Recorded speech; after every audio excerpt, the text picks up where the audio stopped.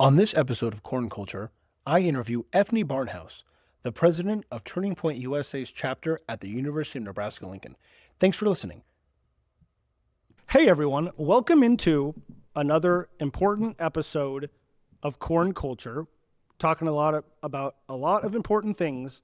And like I promised most of you, all four of the subscribers so far, that we're going to have some interesting guests on. Okay, so today I have a very special guest. She's been very gracious to give us her time and to tell us a lot of important things, a lot of things that impact today's day and age. I mean, we live in a vast world.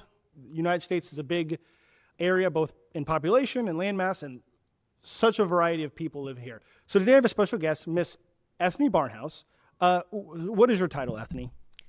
I am the president of the Turning Point USA chapter at the University of Nebraska Lincoln, and I am also the field representative for the Plains Territory, which includes Nebraska, Kansas, and a little bit of Missouri. And so you were explaining to me you are both a student and an employee of Turning Point USA. Yes, I am right now. Great. Well, that's exciting. Do you think you'll do anything in the future after college, maybe? I would love to stay with Turning Point. They've been great, and Sure. I'm so grateful to be able to be involved with them. Sure. And so Turning Point USA, obviously over the past few months, been all over the news. I mean, I think a lot of people, obviously an organization that a lot of people have heard of, but especially in the past few months and stuff. But I'm sure you get on social media, you get on the news, people are going to have a number of ideas. What is this organization? So just tell us, what's Turning Point USA? Turning Point USA is a nonprofit organization. We mostly exist to connect students on campus to good resources that will enable them to be able to understand why they are conservative and to defend those ideas. We promote constitutional values like free speech, our Second Amendment rights, and all the rest of it that comes with that. We want to make sure students understand the history of America and why that's so important, and give conservative students a place where they can discuss those ideas and grow together. And how does a student get connected with a chapter at Turning Point USA? And how did you? So depending on which campus you are on, there's probably Turning Point USA chapter. As the Plains field representative right now, I can tell you that we have quite a few. So most of those, it depends on the school so much, but you can either get in contact with them or get in contact with someone like me on social media or something else, and I can help get you connected with students who are active on campus. At UNL, you can go to Involve You, or you can go to our Turning Point TPUSA_UNL Instagram to get connected. So there's a lot of different ways that you can do that.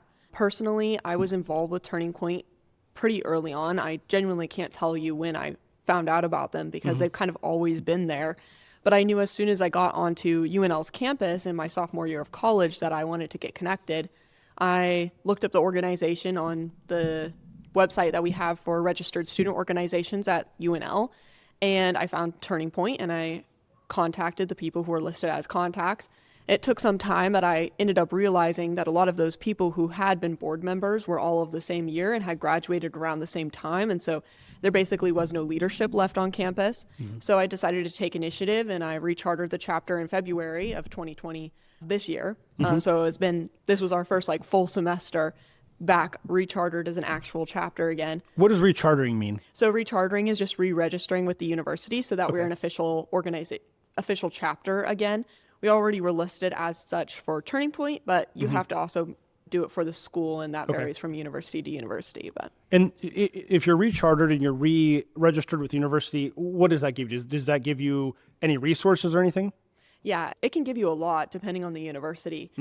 For us, it means that we can have official events, we can advertise on their website, we have contact resources that the university offers registered student organizations such as organizational fairs, club fairs, different types of events. Students get special opportunities. There's some funding that comes from the university. So there's a lot of different things. It's very important for the chapter to actually be registered with the university if they want to be recognized. Okay. And so let me ask you this. For the past few decades, I feel like it's kind of been the narrative that you should go to college, but what's it like to be like a conservative on campus? Is it as bad as people say? What's it like navigating that scene? I think there definitely has been an evolution on the spectrum of ideas that are allowed on campus, especially since 2012. There's been a super big increase, huge increase in progressive ideologies being the only ones that are allowed within classrooms. That's due to a number of things. I think one of the things we could talk about is actually the increase in administration in proportion to faculty members. I think that's part of it as well. But there are a lot of people who are chained to these progressive ideologies where they do not want to consider other schools of thought. And I think that can be very detrimental to themselves and also to the students who are coming on campus, because college used to be a place where you could go and investigate other ideas, grow, change your mind. That's a good thing. I think that's a healthy thing. And there definitely is only certain groups that are allowed within classrooms. Different universities, some are better than others. That's definitely true as well. But it is very adversarial to be a conservative on campus. Also among the students, it's an unpopular thing to do. You will get pushback no matter how great your administration is, even. Like, I've been spat at tabling and stuff. I was going to ask you, like, if you give us any examples about things that have happened. Yeah, so like there's a lot of people that do not like you being on campus. Okay. A lot of people, when we hosted a Charlie Kirk vigil, that were tearing down my flyers, tearing them up. And this is for a vigil that's supposed to be non-political, right? Someone who just got assassinated in front of everyone. So I think it comes from a deep-seated hatred against these groups of people. And if they're willing to tear up, the flyers of someone's vigil, what are they going to do when you're out there tabling?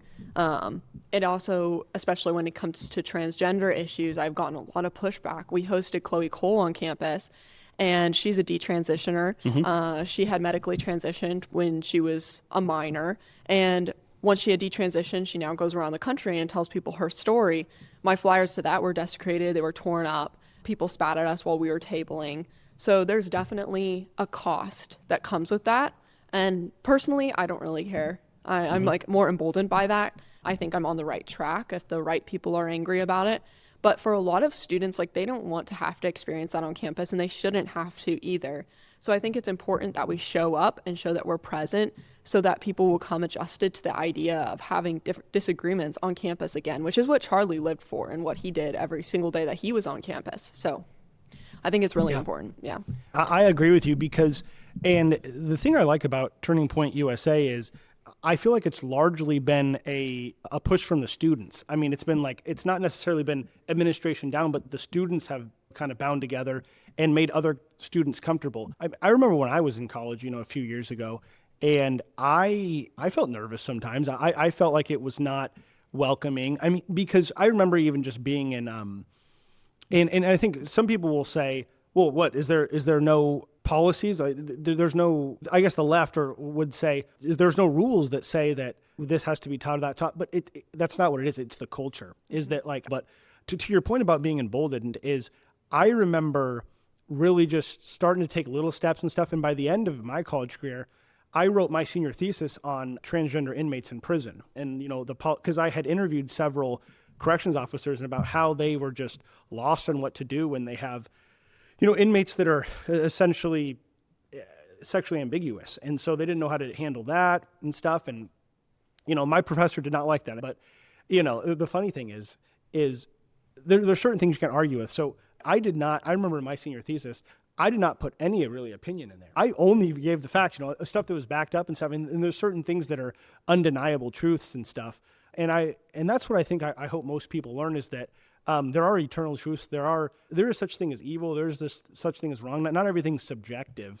But it is important, to your point, to hear other viewpoints. Like, why is it so important that we hear that people, especially young people whose minds that are being molded rather, why is it important to them to hear multiple points of view rather? I think it's really important that we take steps to actually better ourselves. Being stagnant is not a good thing in almost every single situation. And it's definitely not when it comes to us and our own personal growth. I think it's good to be exposed to ideas that you disagree with so that you can, one, strengthen your foundational beliefs and you can become a more well-rounded person in those foundational beliefs, and two, actually push yourself and mold yourself to change and get better. Where we live in a culture where we're told all the time that you're perfect the way you are. And personally, I find that very discouraging. I don't want to be perfect the way I am. I want to actually know that there's a way to better myself, because Otherwise, you're going to be the same your entire life. And I don't think anyone really wants to hear that deep down. But we're told that all the time while also being exposed to a lot of expectations on social media and all of these things. And those things together, I think, push people into their own little boxes, and they find it uncomfortable to expand outside of that. And unfortunately, I think we're starting to reap what we've sown about, years about people that are just comfortable. They only hear one point of view, and you just hear all these statistics about people aren't getting married and people still live with their parents and people this, and then, people that, not to take a jab at these people, but the Disney adults, I always think about that, like the people that just never grow up. There's just certain people that never want to, I like Disney movies, nothing not wrong with watching them, but it's just people grow up, they never had kids themselves, they never got married, and then they just, and I feel bad for those people, like they have no real purpose in their life. But I think you guys are doing the right thing by just taking small steps and, trying to influence the culture. And that'll kind of help the rest of us. It's a small change can impact a whole culture, a whole country. Let me ask you this. You recently took a trip to America Fest. Is this right? Yes. Tell us about that. Now, have you gone more than once before? I've gone once before. So this was my second time being there, my first time being there as an employee. That's what I was going to ask you. Tell us about America Fest and tell us what it was like being an attendant versus an employee there. Yeah, so the first time I went to America Fest, I had an absolute blast. I was unsure of whether or not I wanted to commit to going at first, and I am so grateful that I did. Turning Point is known for being over the top at these things because that's what Charlie wanted. They have fireworks and, everything's like super big, and it's a whole production, and it's fun. That was the whole point of it. People were supposed to be able to come and have fun and have good discussions and be exposed to alternative viewpoints, even within the conservative movement. Sure. I'm so grateful that I went. Obviously, it was Charlie's last AmFest, and that now holds a special place in our hearts. And this year's AmFest was very different because his absence was very obvious. AmFest was his brainchild. He loved it. So we definitely all missed him there, but it was over the top per usual, exactly how he wanted it to be. And I definitely enjoyed listening to the speakers. It was definitely a whole different arena trying to corral people and make sure people are going to the right places rather than just being an attendee, going with the flow of everyone. The AmFest was obviously sold out, so there was maximum amount of people that could possibly be in there. So a lot of people interested in hearing what these speakers had to say, and it was really encouraging to meet the students that were there, the students that were wanting to be involved and were willing to make that commitment to come down to Arizona for that. And also seeing the results of like the straw poll afterwards, it gives me a lot of hope for the students that I'm there for and that I'm working for and with. So, did you have a favorite speaker or two? Is that hard to narrow down? No, I really enjoyed Ben Shapiro's speech. I will admit. I know there's a lot of controversy around it, but he's been a huge influence on me growing up. So I was really glad to be able to see him.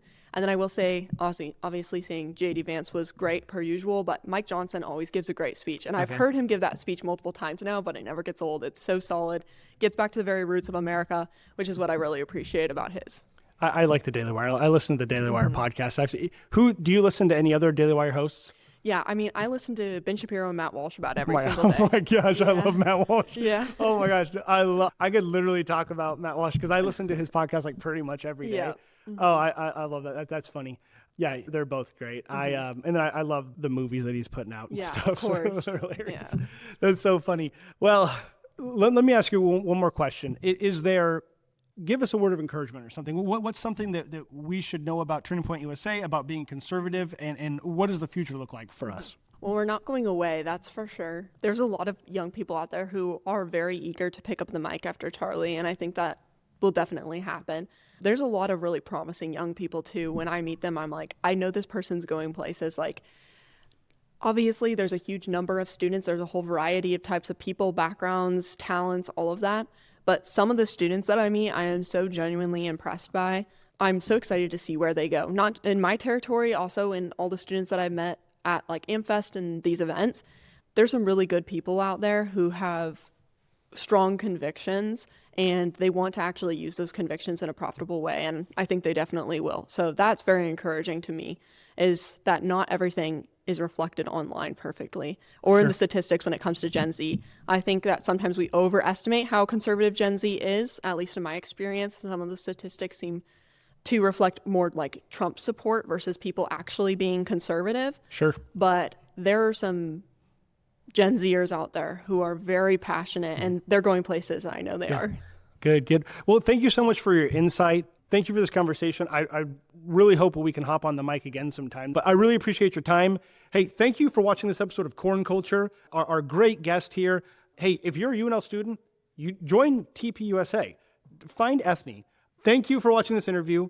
Hope you have a great day. Never give up, never give in. Thanks. Thank you.